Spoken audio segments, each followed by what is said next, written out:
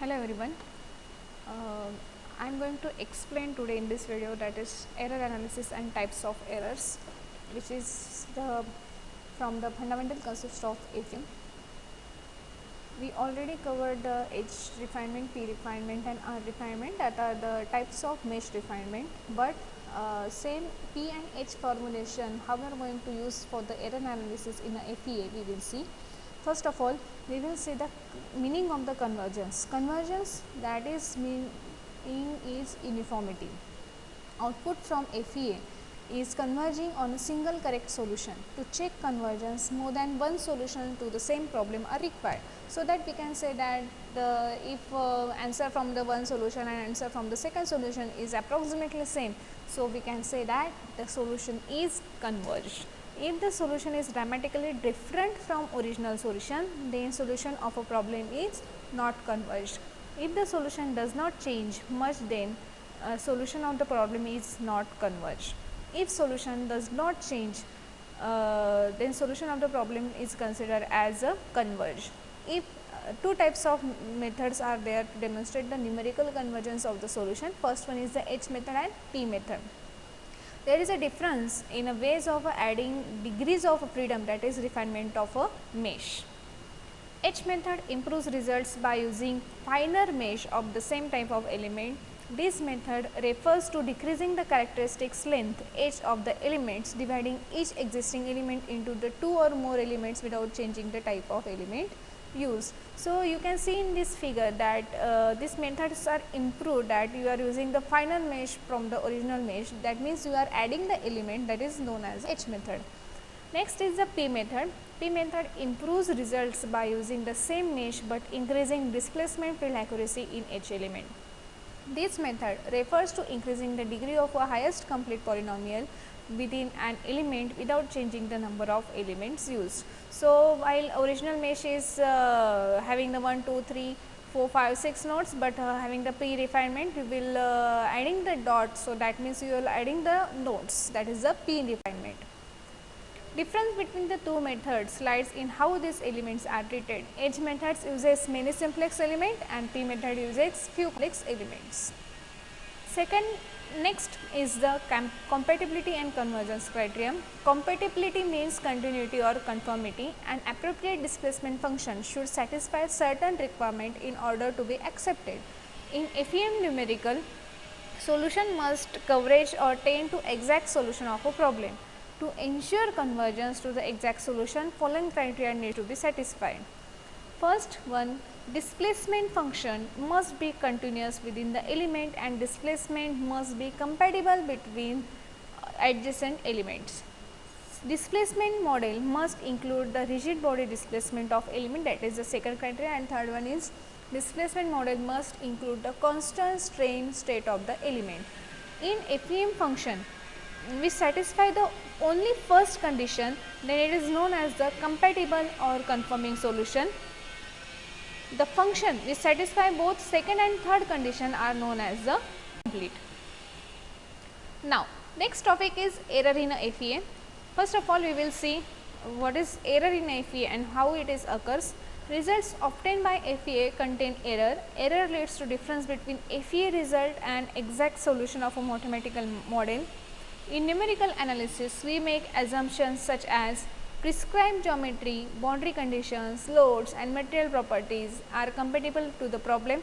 That is one assumption. Another assumptions are there is no error during the data input, and another type of assumptions are general type of element has been selected, and because of that such assumptions error occurs. The numerical errors can be minimized by considering proper element types, size and shapes, proper boundary condition and constraint, and proper process number less than infinite precision. So, various types or classification of error you can say that first one is the modeling error, use error, bugs, discretization error, truncation error, manipulation error, numerical error. First of all, we will see modeling error. It occurs due to difference between physical system and its mathematical model. In mathematical model, fine details are neglected by mathematical formulation. Loads are simplified and boundary conditions are idealized. Often problem is modeled as a two-dimensional rather than three-dimensional, linear rather than the non-linear, and time dependent rather than the dynamic.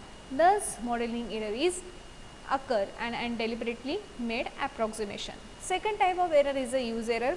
Selecting wrong type of element, selecting poor element size and shape, wrong input data, inability to interpret computed result. Third, bugs and discretization error. It is due to FEM model. FEM solution affected by number of elements used, number of nodes per element, nature of element shape functions and integration rules used with the isoparametric elements. Fourth type of error is truncation error. It refers to loss of information on account of a rounding of a numbers to fit a finite computer word length. It is present in element and structure matrices before a solution algorithm is applied. Fifth type of error is manipulation error. It occurs during the equation OR process. This error is more in dynamic and non-linear problems where each step builds on previous step and calculation sequence executed repeatedly. Numerical error is the sixth type of error. It is combination of a truncation error and manipulation error. Now, error is happened, but how you are going to check that error? For that, error test is there. FEM model needs to be revised and analyzed how to be repeated if the numerical error is detected, that is how much and where error is occurred. And for that, condition number is the first test. This provides information about number of digits or of accuracy that lost while solving the equilibrium equation, that is k into u is equal to f.